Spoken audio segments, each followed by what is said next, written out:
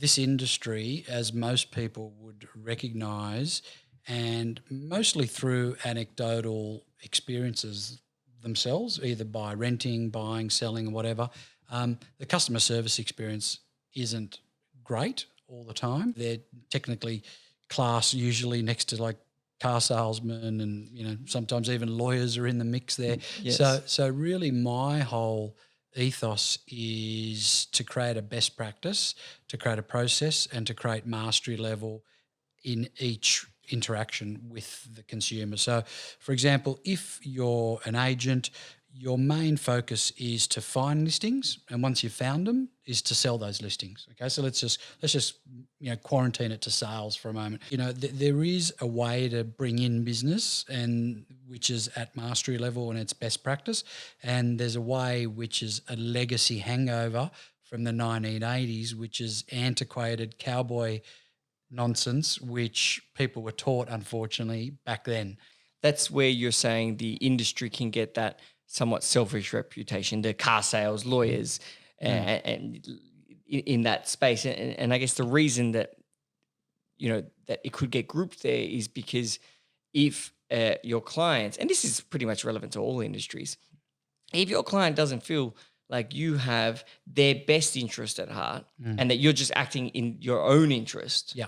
I guess that is how an industry can get classed into that negative light, such as car sales and lawyers who just want to charge you more. Absolutely. And it's not necessarily the industry's fault. I think that as a whole, there hasn't been a lot of people that have stepped up and said, well, this is the right way to do it, because you've got legislation, sure, but that's quite opaque and quite arbitrary. But, in terms of skill set, you can learn things from someone that you worked for, or you could learn things that were in 1990s tapes that were written about how to be an agent, how to prospect more, how to list more, how to sell more. But it doesn't necessarily mean it's the right way. So my whole philosophy is, what, guys, let's reach mastery level in the main pillars of real estate, and the main pillars, what I call, are database. So how to actually grow and nurture a database, because I'm a massive believer that a database is like an asset. Okay. And if you nurture it and grow it appropriately, then that can serve you as a passive annuity type of income moving forward. Okay. The next pillar is prospecting. So that doesn't mean just telemarketing. Prospecting comes in many different ways, but who to call, what to say, when to call, for example, and what the right dialogue is. The next pillar might be the whole listing process. So, when you first meet someone who wants to, list a property, what to say on the phone, what to send in advance, what to say when you're actually at the listing appointment itself, and then how to manage the process after that, because the two touch points are really dealing with the vendor and their own expectations, and then dealing with the buyer and their expectations, because in an industry where a buyer wants to buy a property as cheap as possible, a vendor is emotionally attached and wants the highest price possible. So you're the conduit in the middle, and unless you follow a process, it can really get out of control, And then the last point is really how to scale and leverage. So in our industry, we call them EBUs, which is an acronym for Effective Business Unit. And I pioneered that some 25 years ago, which was, basically cloning yourself. Because if you look at most agents, there's only a handful of ways we actually make money, which is prospecting, listing, negotiating, and keeping a deal together. But if you look at most agents' diaries, they're probably only 20% of their days occupied by what we call those dollar productive activities. Not dissimilar to a surgeon, Dan. Like, if a surgeon didn't scale and didn't have support, he or she would only conduct 2 surgeries in a day. But as you know, that surgeon starts at 7 in the morning, finishes at 6:30 at night. He or she goes in, conducts the surgery. Someone's there beforehand, making sure the utensils are lined up, the lights are on, floors are clean, and then he or she would go from one to the other, and they'll put aside a whole day for surgeries or procedures, and they'll manage to fit in 12. Well, two. that's a really cool concept, because scaling is the best thing you can do as a business for yourself, yes, but also so you can serve and provide goods and services to more people, bring Correct. value to more of the community and society.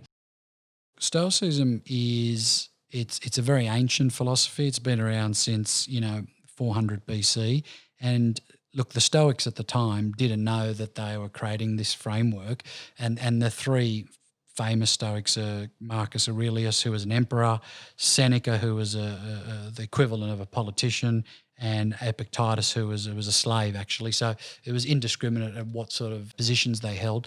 But basically, it's all about the reasoned choice. So what that means is that you have a reason to choose how you interpret certain events and how you interpret what people think and what people say about you. So in that situation that happened to me, I couldn't control what happened, right?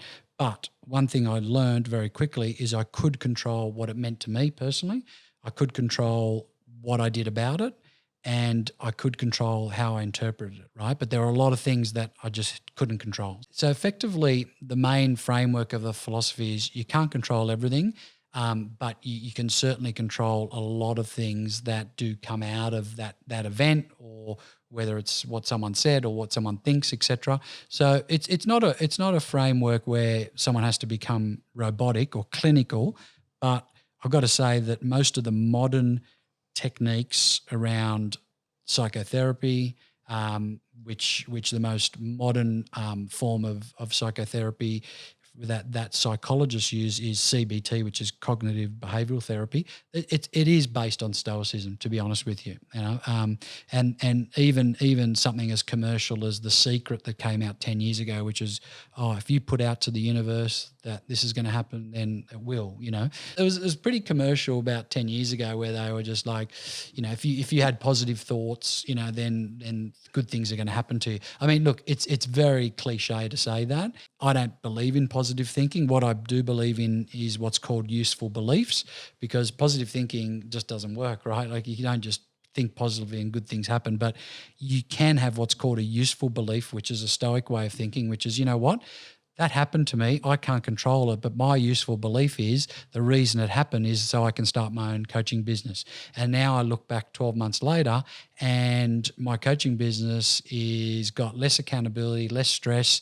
I'm doing what I love to do.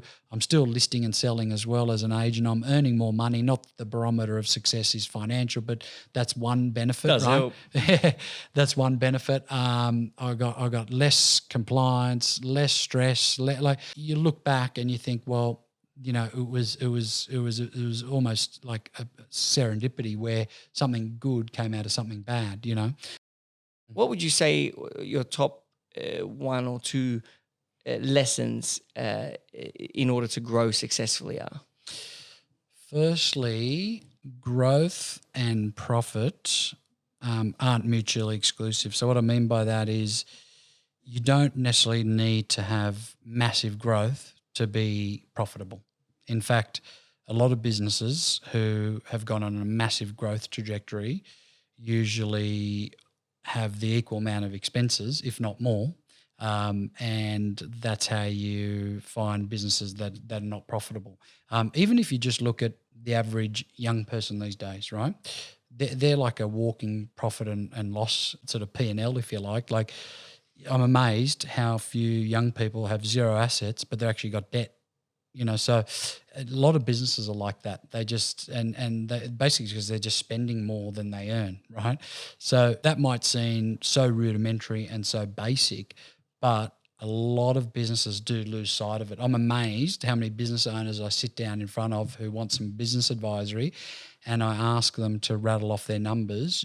What's your P&L? How much how much you're bringing in per month, how much you're spending per month, what have you budgeted for marketing, what have you budgeted for labour, what have you budgeted for rent or whatever it might be, and they just don't know the numbers. And every year or every quarter might look a little bit different. So if you're at the business infancy stage, then maybe growth is your mandate. Maybe profit is less important, right? I agree. But once you hit critical mass, whether it's maximum members, maximum resource, and then you've got to put on more labour or have more premises or whatever, then you've got to rethink the whole model. Then you've got to look at profit. So every chapter in every person's life or business will be different than it was last quarter or last year. Okay, so growth versus profit. That's a first thing people should, or that's something important everyone should think about. Totally, And is growing without profit, is that your goal at the time? Right? Because it may be your goal at the start, like you're saying. Correct. Because you just want clients. Yes. And you want to get the wheels moving. You need the cash flow. It's like oxygen. It's like blood. It keeps the body moving. Yeah. But eventually you need to focus on, okay, well, we need to profit more now. Well, it's part of CapEx or capital expenditure. Any business has to make an investment in capital expenditure. And then you've got OpEx, which is your operating expenditure, which once the business is established, that's where you need to keep it lean. Your OpEx needs to be a lot leaner than your CapEx, It's the running cost. In other words, the running cost you need to keep your fixed costs as low as humanly possible. Without interfering with the customer experience. service. Yeah.